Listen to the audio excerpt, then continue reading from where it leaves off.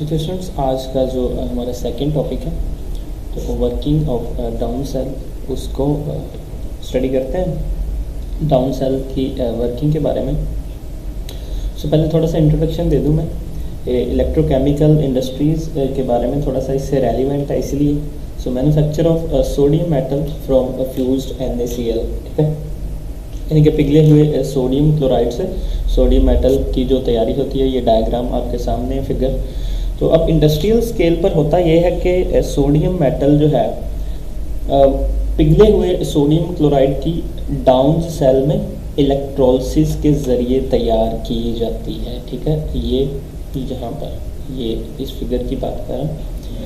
ये electrolytic cell एक circular furnace की तरह होता है, ठीक है। ये जो आपको नज़र आ रहा है ये इलेक्ट्रोलाइटिक सेल सर्कुलर फर्नेस की तरह होता है। इसके दरमियान ग्रेफाइट का एक बड़ा पीस होता है या ग्रेफाइट का एक बड़ा टुकड़ा आप कह सकते हैं। ये इसकी बात कर रहे हैं, ठीक है। अब जो एनोड के तौर पर काम करता है ये कार्बन एनोड आप लोगों को लिखा नज़र आ रहा है। एरो जो नीचे की तरफ लेफ्ट साइड की जानिब डाउनवर्ड है तो ये कार्बन एनोड, तो ये एनोड के तौर पर काम करता है। क्या? ग्रेफाइट का एक बड़ा टुकड़ा एनोड के तौर पर काम करता है, जबकि इसके राउंड इसके इर्द गिर्द आयरन का एक कैथोड होता है। ये यहाँ पर जो लेफ़्ट साइड पे थोड़ा सा ऊपर की जानिब एरो जो जा रहा है आयरन कैथोड लिखा हुआ आपको नज़र आ रहा है। ये है वो आयरन कैथोड, जैसा कि ये आपके सामने फिगर।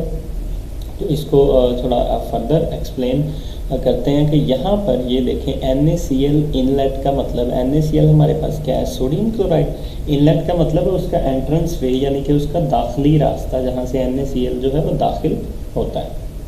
तो यहाँ पर ये जो उसके बिल्कुल नीचे मोल्टन NaCl का मतलब पिघला हुआ सोडियम क्लोराइड मोल्टन फॉर्म में, और ये साथ उसके एक आयरन कैथोड लगा हुआ है। ये जो ग्रेफाइट का के तौर पर जो हमने कहा एक बड़ा टुकड़ा होता है जिसको हम एनोड के तौर पर जो वर्किंग कर रहा है। और ये जो मोस्ट इम्पोर्टेंटली जो है स्टील स्क्रीन, ये steel screen to prevent sodium and chlorine intermixing. यहाँ पर एक स्टील की स्क्रीन है जो कि इन दोनों को आपस में क्लोरीन और सोडियम को इंटर मिक्स होने से रोकती है, बाज रखती है। और ये एक सोडियम मेटल है, इसको अभी फर्दर एक्सप्लेन करते हैं हम। यहाँ पर वर्किंग ऑफ डाउन सेल क्या है? The fused NaCl produces sodium and chlorine ions which migrate to their respective electrodes.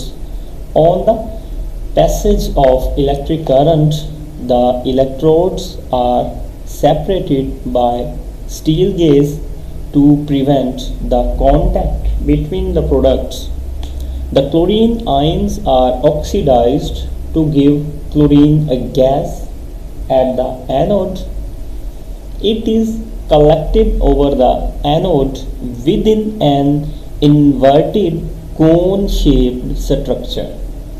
While sodium ions are reduced at cathode and molten sodium metal floats on the denser molten salt mixture, from where it is collected in a side tube.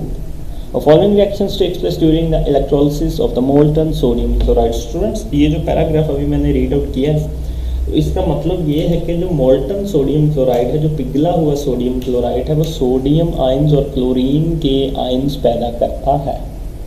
क्या करता है? Sodium और chlorine के जो ions पैदा करता है, जो करंट गुजरने पर अपने रेलिवेंट इलेक्ट्रोड पर चले जाते हैं। रेलिवेंट इलेक्ट्रोड का मतलब रिस्पेक्टिव इलेक्ट्रोड्स भी इसको कहते हैं। इसका ये मतलब है कि जो पॉजिटिव है वो नेगेटिव की तरफ अट्रैक्ट होता है।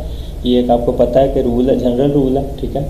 और जो नेगेटिव है पॉजिटिव की तरफ और जो पॉजिटिव है वो नेगेटिव की तरफ अट्रैक्ट होता है, यानी कि अपोजिट चार्जेस जो हैं वो अट्रैक्ट करते हैं एक दूसरे को, तो वो अपने जो रिस्पेक्टिव इलेक्ट्रोड है उनकी जानिब चले जाते हैं। अब इन इलेक्ट्रोड्स को स्टील की एक गाज जिसे मैंने कहा है, ठीक है, इलेक्ट्रोड को स्टील की जाली कहते हैं उसको उर्दू में, उसके ज़रिए अलग रखा जाता है ताकि ये प्रोडक्ट्स आपस में मिल ना सकें। यहाँ पर फिगर पे आए ज़रा, ये steel screen to prevent sodium and chlorine intermixing, यहाँ पर एक स्टील की स्क्रीन लगाई गई है जिसका काम क्या है, अब इन इलेक्ट्रोड्स को स्टील की जाली के जरिए अलग रखा जाता है ताकि सोडियम और जो क्लोरीन है कि आपस में इंटरमिक्स ना हो, आपस में मिल ना सकें। ये स्टील स्क्रीन की जो जाली है ये इसलिए यहाँ पर लगाई गई है। अब क्लोरीन आयंस ऑक्सीडाइज्ड होकर एनोड पर क्लोरीन बनाता है, यहाँ पर ये एनोड हमारे पास, ठीक है, यहाँ पर वो क्या बना रहा है, क्लोरीन आयंस ऑक्सीडाइज्ड होकर एनोड पर क्लोरीन बनाता है यहाँ पर। अब ये गैस एनोड पर किस शक्ल में, यानी कि उल्टे बर्तन की तरह की एक शक्ल है, अब उसमें जमा हो जाती है यहाँ पर। ये जो है इसको एक ऑलमोस्ट उल्टे बर्तन की तरह एक शक्ल कहा गया। ये आपके एनोड के जो अराउंड ये आपको वॉल टाइप नज़र आ रही है, ठीक है। जबकि सोडियम आयंस रेड्यूस्ड होकर सोडियम में तब्दील हो जाता है, यहाँ पर ये साइड पे सोडियम आयंस जो है वो रेड्यूस्ड होकर अब किस में तब्दील हो जाता है, सोडियम में तब्दील हो जाता है। यहाँ पर ये ग्रीन कलर में आपको जो नज़र आ रहा है। अब मोल्टन सोडियम मेटल जो पिघले हुए नमक के भारी मिक्सचर पर तैरती रहती है, ये यहाँ पर ये आपको ये जो डॉट नज़र आ रहे हैं बबल्स टाइप, जहाँ उसे एक ट्यूब में इकट्ठा कर लिया जाता है। पिघले हुए सोडियम क्लोराइड के इलेक्ट्रोलिसिस के दरमियान कुछ रिएक्शंस होते हैं, उनको हम देखते हैं। ये डायग्राम ये आप लोगों ने ध्यान से देख लेनी है और ये ड्रॉ भी करनी है जब अगर ये क्वेश्चन आ जाता है। तो इसके जो रिएक्शंस हैं उनको हम देखते हैं। मोल्टन NaCl आयनाइजेज एज, जैसे हमने इलेक्ट्रोलिसिस ऑफ वाटर किया था, ठीक है, वाटर की इलेक्ट्रोलिसिस करवाई थी हमने, उसी तरह हम सोडियम क्लोराइड की भी करवाएंगे। हमारे पास 2 NaCl है, ठीक है, यानी कि 2 सोडियम और 2 क्लोरीन। तो इनको जब हमने इनकी इलेक्ट्रोलिसिस करवाते हैं तो हमारे पास 2 तरह के आयंस आते हैं। कौन कौन से, 2Na प्लस 2Cl नेगेटिव, यानी कि सोडियम आयंस और क्लोरीन के आयंस हमारे पास आते हैं, ठीक है। अब ऑक्सीडेशन यहाँ पर हो रही है, ऑक्सीडेशन पर कैसे हो रहा है, ये रिएक्शन कैसे हो रहा है हम देखते हैं। हमारे पास 2 क्लोरीन है, ठीक है, 2Cl नेगेटिव, तो ऑक्सीडेशन हो रही है। ऑक्सीडेशन मैंने आपको बताया था कि ऑक्सीडेशन की हम जो भी डेफिनेशंस पढ़ चुके हैं, ठीक है, डिफरेंट डेफिनेशन, उसके अकॉर्डिंग हम ऐसे प्रूव करेंगे कि हमारे पास 2 क्लोरीन है। अब क्लोरीन यहाँ पर 2 इलेक्ट्रॉन लूज कर रहा है, तो लूजिंग ऑफ इलेक्ट्रॉन हमने क्या पढ़ा है, तो losing of electron is known as oxidation, ठीक है। तो यहाँ पर ऑक्सीडेशन हो रही है। अब रिडक्शन का प्रोसेस कैसे हो रहा है, half cell reaction at cathode. हमारे पास 2 सोडियम आयंस है, ठीक है, प्लस यहाँ पर जो क्लोरीन जो 2 इलेक्ट्रॉन लूज कर रहा है, तो सोडियम क्या कर रहा है, 2 इलेक्ट्रॉन एक्सेप्ट कर रहा है, ठीक है। तो हमारे पास 2Na यानी कि सोडियम एटम की फॉर्म में हमारे पास आ गया। अब रिडक्शन कैसे है जी, जो जैसा कि हमने स्टडी किया, हमारे पास कॉन्सेप्ट है, हम पीछे से पढ़ के आ रहे हैं, ठीक है, 7th चैप्टर, उसके अकॉर्डिंग जो एक्सेप्टेंस ऑफ इलेक्ट्रॉन्स है या गेनिंग ऑफ इलेक्ट्रॉन्स आप कह लें, ठीक है, या आप कह लें कि इलेक्ट्रॉन्स को जहाँ पर एक्सेप्ट किया जाता है, तो that process is known as reduction.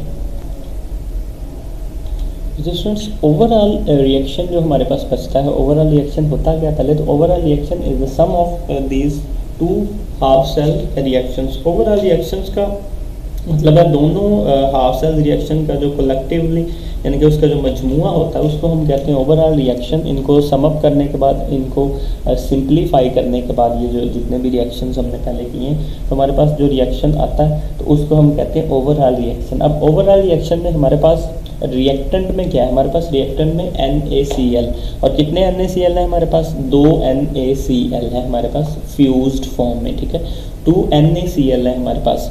और इसी तरह हमारे पास प्रोडक्ट में क्या चीज़ बनती है इस ओवरऑल रिएक्शन में, प्रोडक्ट में हमारे पास क्लोरीन और सोडियम आ रहा है, ठीक है, Cl2 प्लस 2Na, यानी कि 2 क्लोरीन है हमारे पास, 2 क्लोरीन आ रही हैं और 2 हमारे पास जो है वो सोडियम एटम आ रहे हैं, ठीक है। सो स्टूडेंट्स, ये जितने भी क्वेश्चन हैं 7th चैप्टर में स्पेशली, तो इनके साथ अगर डिटेल में कोई आता है या तो उसके साथ जो फिगर है वो आप लोगों ने ड्रा करनी है, तो इसलिए फिगर्स जो है इसको भी ध्यान से देखा करें और इसकी भी जो है वो प्रैक्टिस किया करें। सो ये थे स्टूडेंट्स आपके आज के टॉपिक्स। तो आई होप कि कोई प्रॉब्लम नहीं होगी, आपको समझ आया होगा। If you have any query then ask me.